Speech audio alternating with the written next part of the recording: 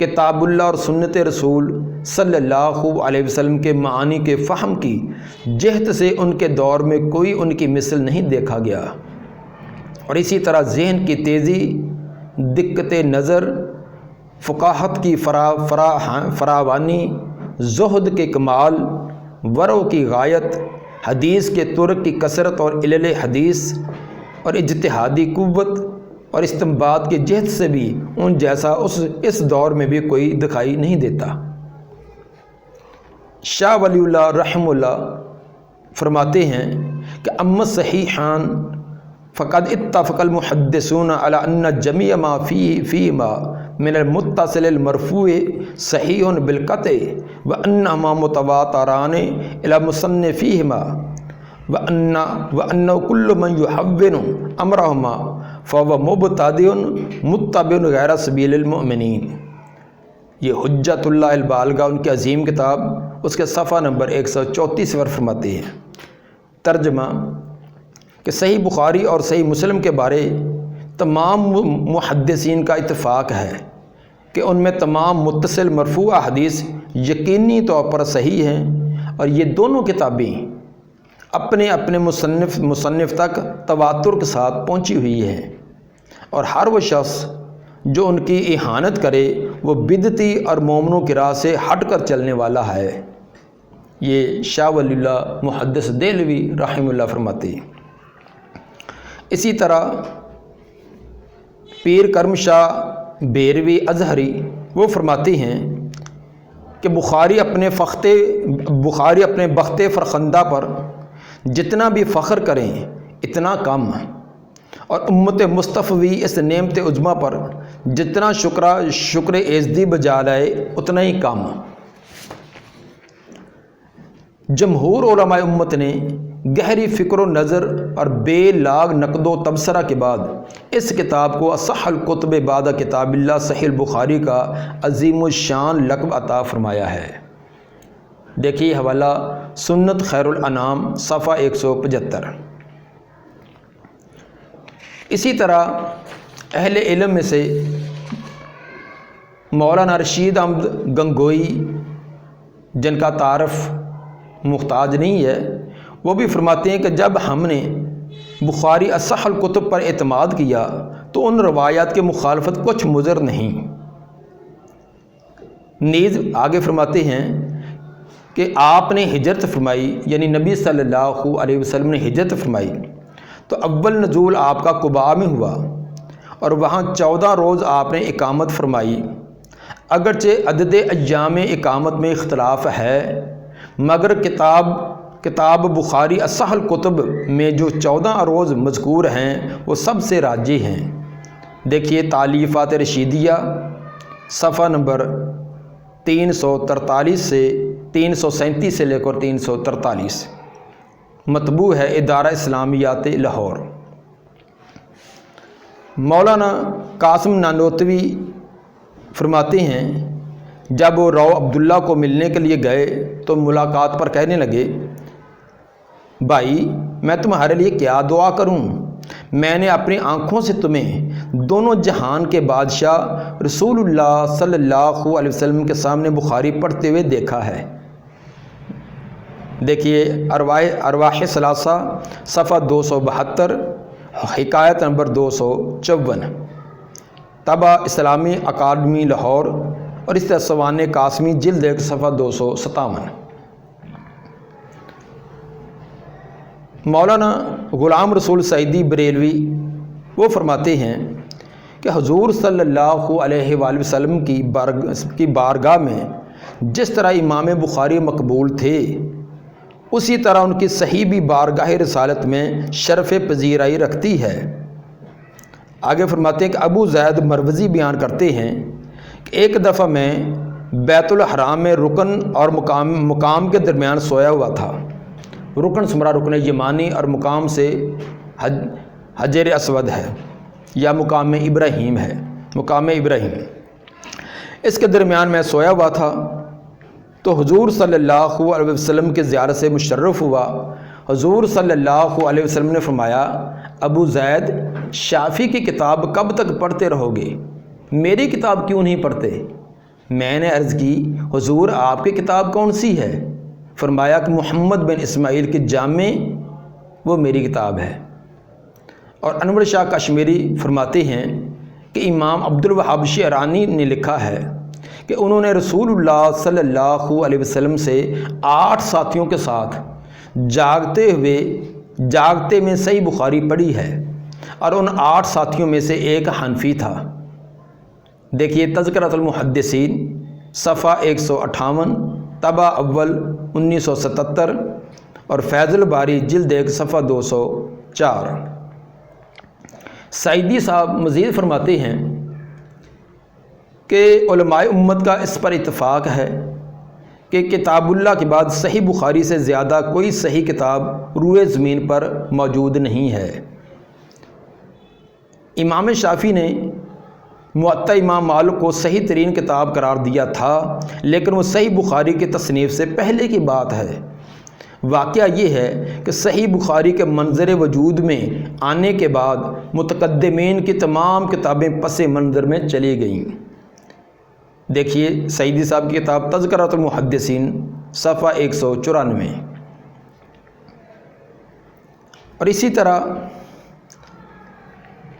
دارالعلوم دیوبند کے قاری طیب صاحب لکھتے ہیں کہ امام بخاری کی یہ صفت تمام محدثین کرام میں امتیازی طور پر معروف ہے۔ امام نسائی رحمہ اللہ کو کہتے ہیں انہوں نے امام بخاری کا کچھ نقش قدم اختیار کیا، مگر بہرحال اصل ہے، فرع ہے۔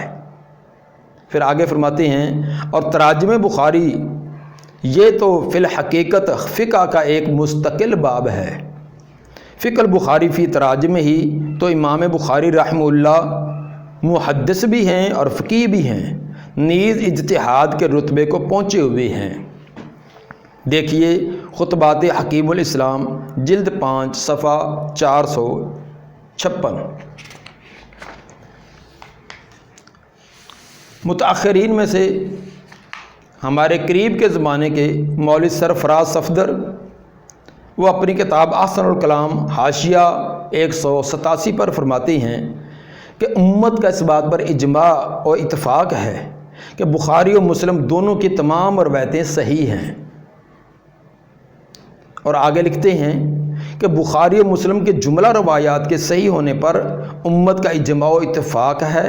اگر صحیح ہیں کہ بعض حدیثیں صحیح نہیں تو امت کا اتفاق اور اجماع کس چیز پر ہوا؟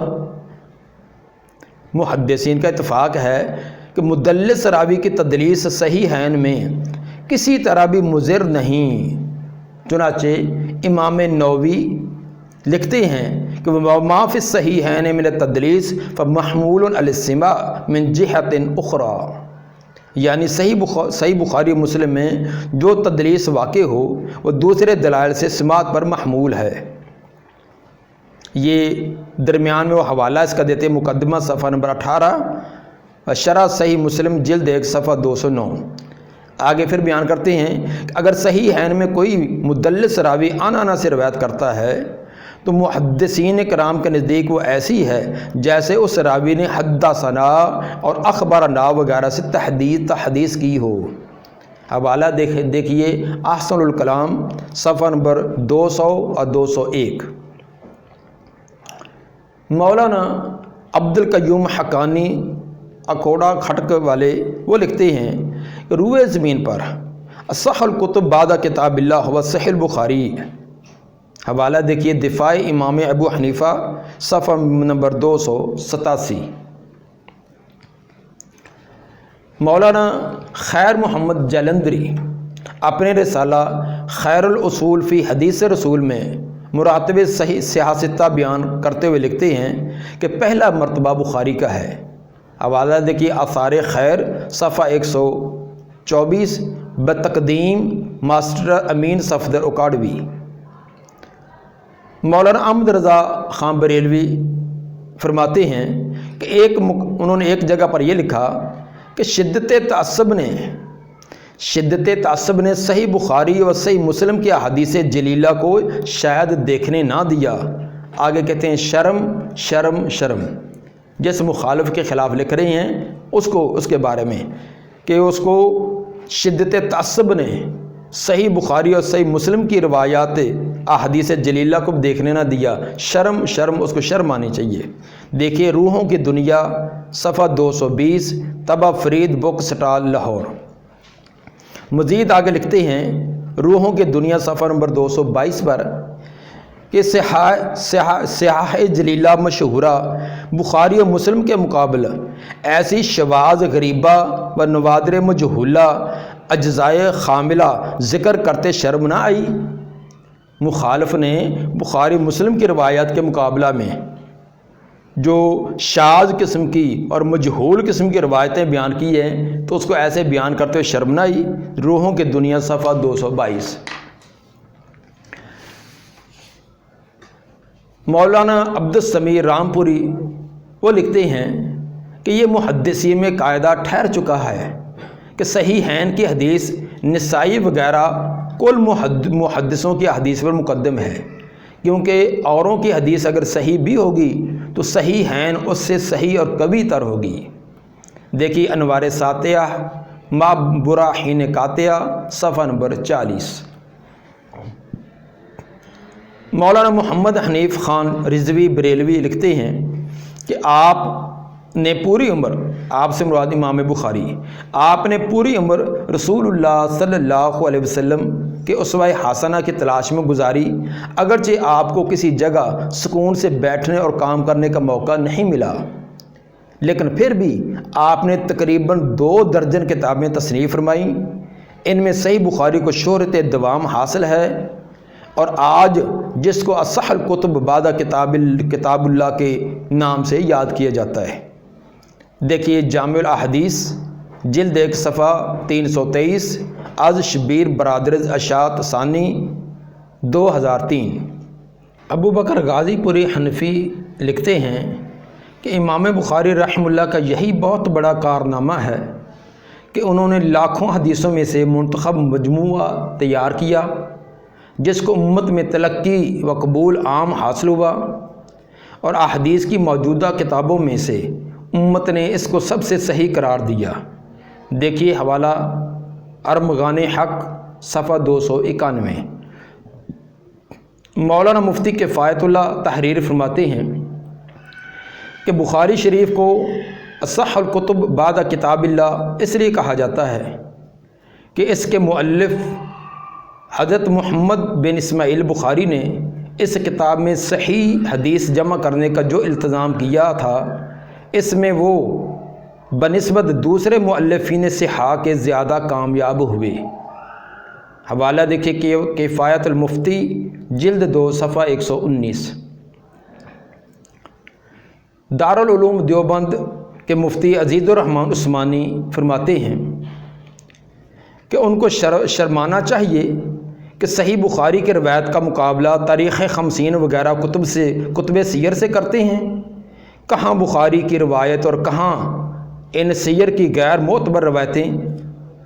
اگر بالفرض تمام کتب سیر متفق ہو کر بھی اس کا خلاف کریں تب بھی مسلمان کے لیے ضروری تھا کہ بخاری کی حدیث کے مقابلہ میں ان کی کوئی پرواہ نہ کی جائے، جائے کہ تاریخ و سیر کی کتابیں بھی متفق ہو کر روایت بخاری کے ہمنوا ہوں۔ دیکھیے فتاوی دارالعلوم دیوبند جلد 5 صفحہ 69، مکتبہ امدادیہ ملتان۔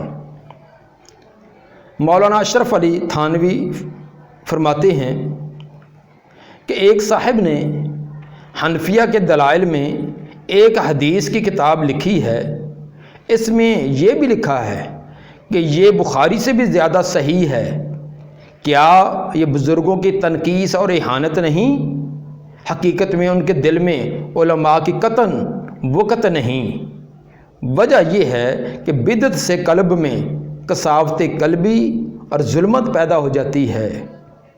کتنی بڑی گستاخی اور بے ادبی کی بات ہے۔ جرت تو دیکھیے کہ یہ کتاب بخاری سے اصح ہو گئی۔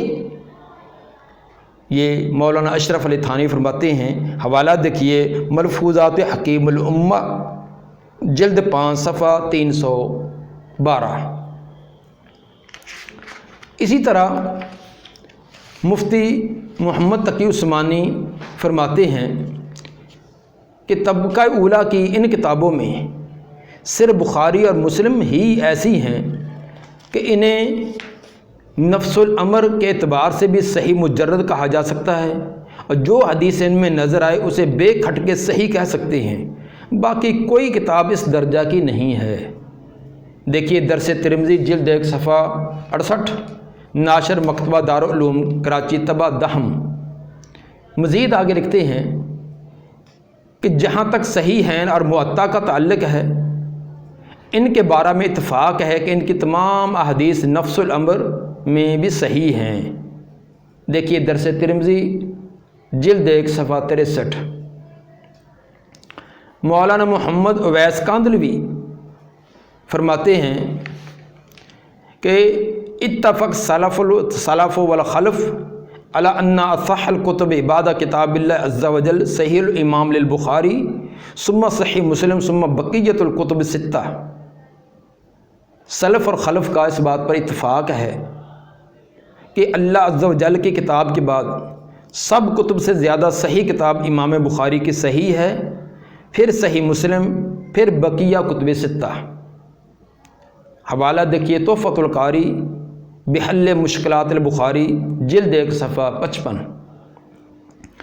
مزید آگے تحفۃ القاری جلد 1 صفحہ 56 پر فرماتے ہیں کہ ومن فضائل حاضر کتاب انہ ما قرئ فی حاجت الا قضیت ولا فی شدت الا فرجت۔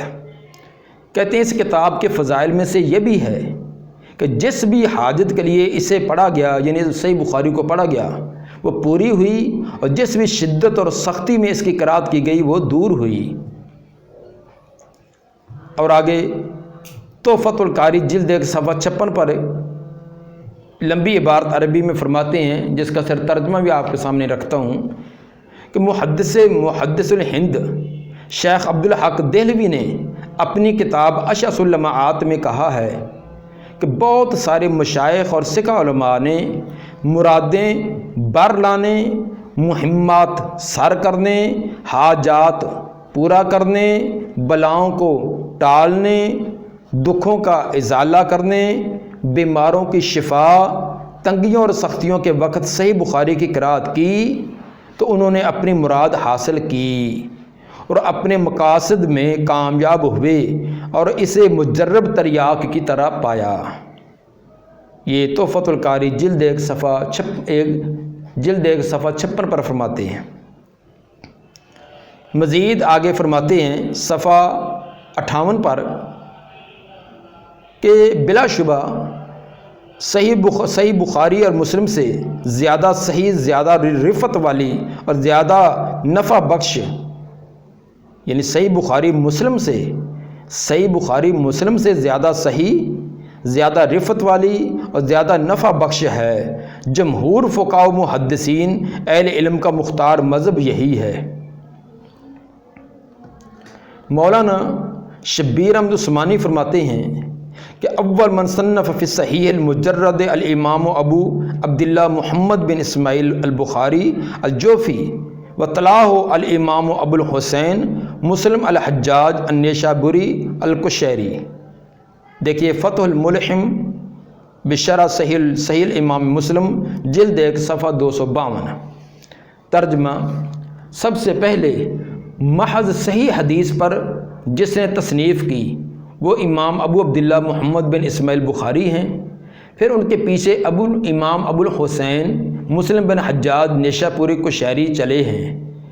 پھر صحیحین کی احادیث کے درجات آگے بیان کرتے ہوئے فرماتے ہیں فتح الملحم جلد 1 صفحہ 256 پر، کہتے ہیں کہ ان اصح کتب الحدیث کتاب البخاری و کتاب مسلم۔ تمام کتب حدیث میں سب سے زیادہ صحیح بخاری کی کتاب اور مسلم کی کتاب ہے۔ اسی طرح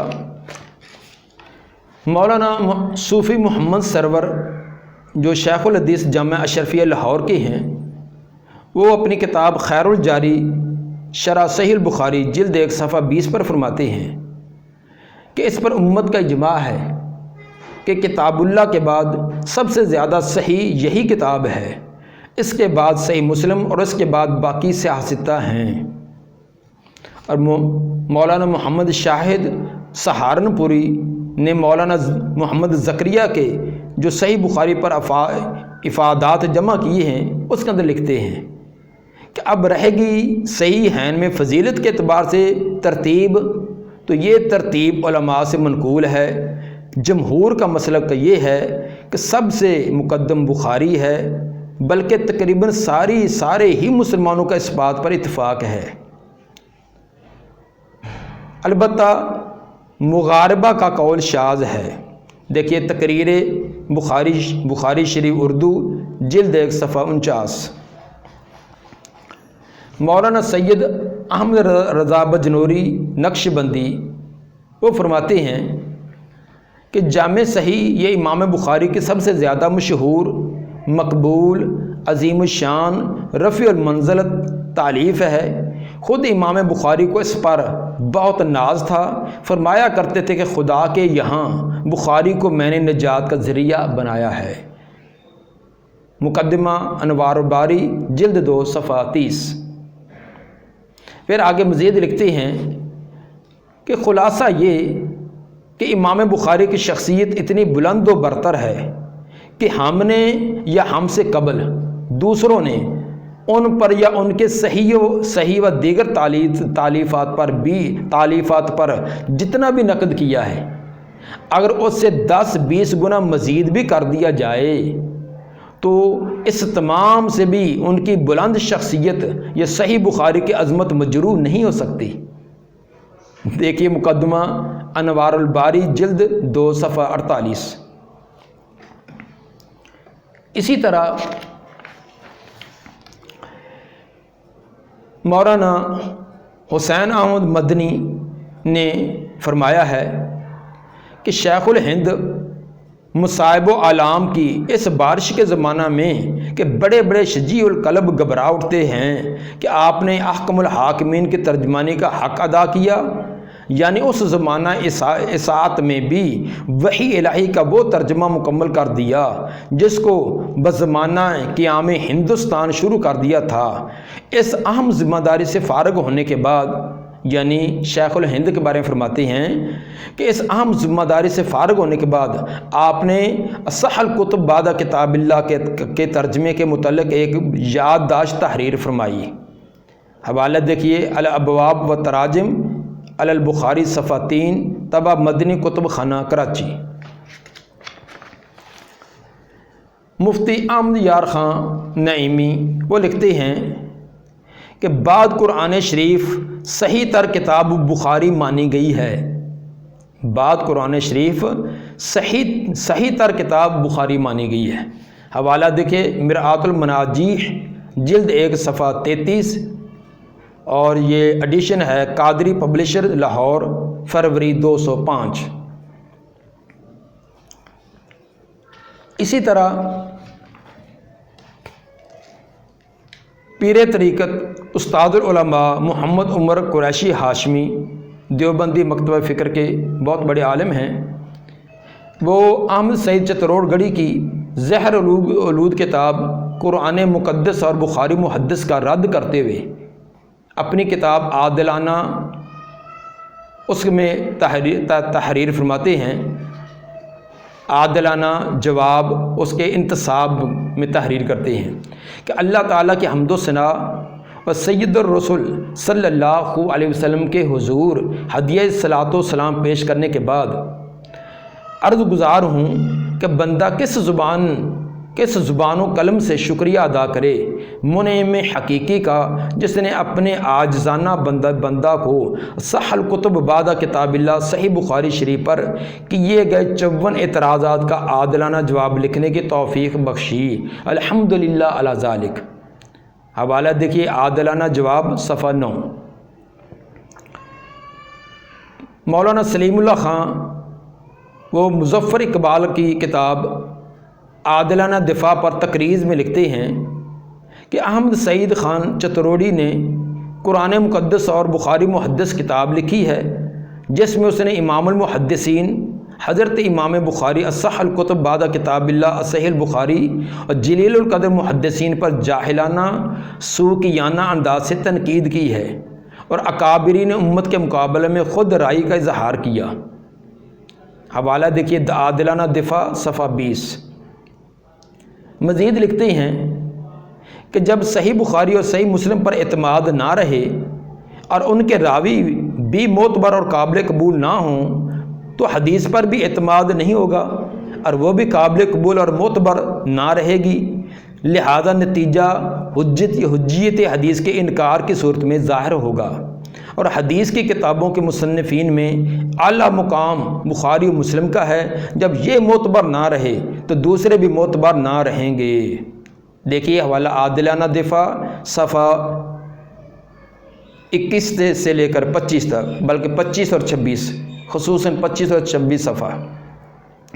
مولانا محمد عزیز الرحمن ہزاروی لکھتے ہیں، انہوں نے تو بڑے سخت الفاظ بھی استعمال کیے، کہتے ہیں کہ اس بدبخت نے مسلمانوں کی مقدس ترین شخصیت حضرت امام بخاری اور حدیث شریف کی سب سے عظیم اور اہم کتاب بخاری شریف کے خلاف بازاری زبان استعمال کر کے اپنے خبث باطن کا اظہار کیا ہے۔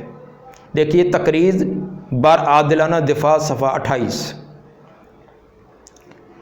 مولانا عبدالسلام جو شیخ الحدیث جامعہ عربیہ حضر و اٹک کے ہیں، وہ بھی امام بخاری کو امیر المومنین فی الحدیث اور صحیح بخاری کو اصح الکتب بعد کتاب اللہ لکھتے ہیں۔ دیکھیے تقریض بر عادلانہ دفاع صفحہ 38۔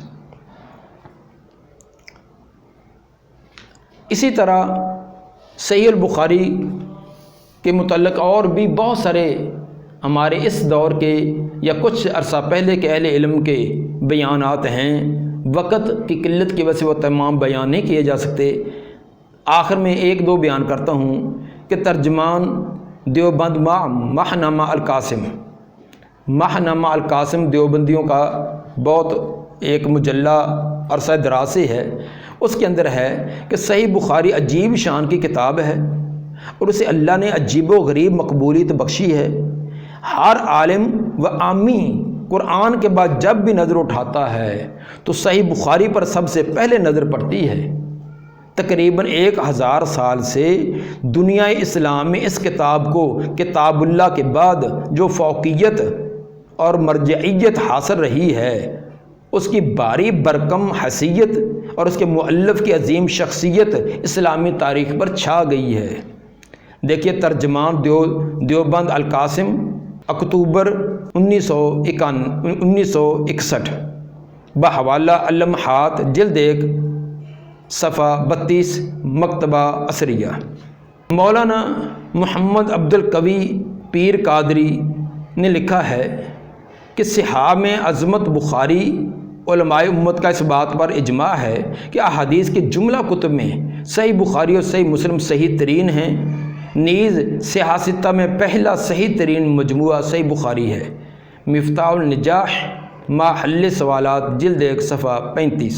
آخر میں جو عام صحیح بخاری پر حاشیہ متداول ہے اور کتب مدارس کے اندر نصاب کے اندر جو نسخہ چلتا ہے، مولانا احمد علی سہارنپوری، اس کا بارے میں کہ وہ ان پر کیا تبصرہ فرماتے ہیں تو مقدمہ صحیح بخاری صفحہ 4 اور نسخے کا جو صفحہ ہے وہ جلد 1 صفحہ 89 بے تحقیق تقی الدین الندوی، طبع ہے دارالبشار الاسلامیہ، اس میں فرماتے ہیں کہ صحیح بخاری وہ پہلی تصنیف ہے، صحیح البخاری وہ پہلی تصنیف ہے جو صرف صحیح احادیث پر تصنیف کی گئی ہے، اور علماء کا اس بات پر اتفاق ہے کہ تمام تصنیف کردہ کتب میں سے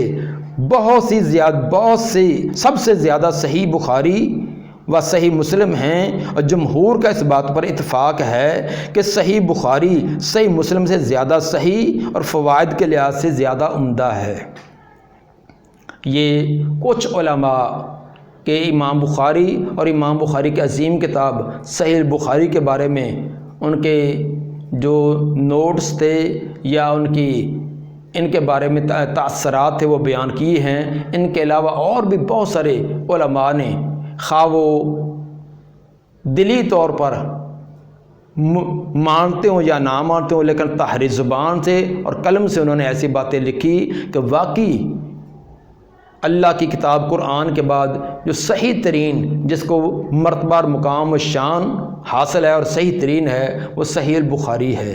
اللہ تعالیٰ میں توفیق عطا فرمائے کہ اس عظیم کتاب جس کو ہر زمانے کے ہر علماء جو ہے اس کو صحیح ترین قرار دیتے رہے اور اس کے فوائد پر ابتدا سے لے کر اب تک اس قدر کام کیا، اس قدر کتب لکھی گئی ہیں اور ابھی تک جاری و ساری ہیں جن کا شمار ممکن نہیں، ہمیں اس کو صحیح طریقے سے پڑھنے، سمجھنے، اس پر عمل کرنے اور اس کا آگے ابلاغ کرنے کی توفیق عطا فرمائے۔